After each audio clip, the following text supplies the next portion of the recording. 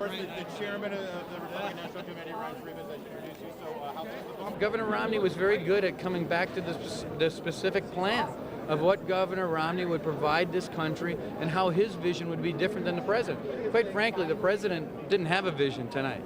The president didn't offer any solutions. He was trying to find his way onto the tracks, and he never found it, and he was stuck in the mud. I think it's a different campaign, and tonight his goal was to explain to the American people where we've been and where we're going moving forward. He's been president for 4 years. This country's been through a tough time. He wants to explain what's at stake and what would happen if we voucherized Medicare. What would happen if we ended Wall Street reform? What would happen if we extended tax cuts to millionaires and billionaires? He's got a record to run on, he's proud of, and he has a lot of plans for the next second term. So it's just a different period than 4 years ago was.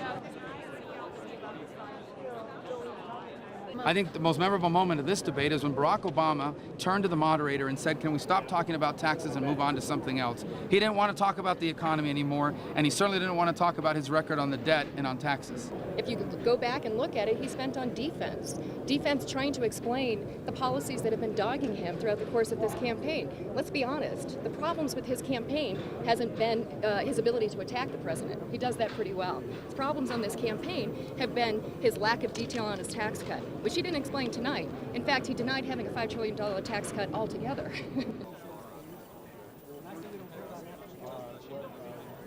My favorite moment was probably Governor Romney's trickle-down government comments.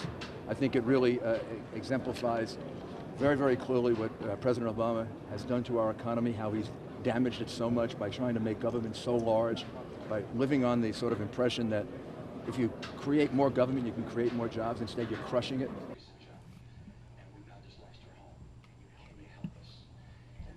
I thought both candidates overall did a great job, and there was no knockout punch that was landed in the debate. I think you did get to see some of their personalities, but generally speaking, there was no big mistakes.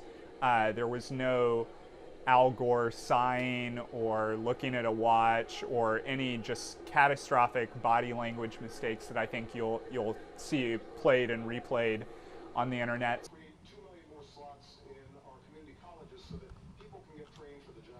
So I think that Romney needs to quiet down with his hand signals, with generally when he gets flustered or kind of has to respond or get in a thing, he'll interrupt the moderator, he'll interrupt President Obama, and I think he needs to kind of take a page from Obama's playbook and maybe slow down a little bit.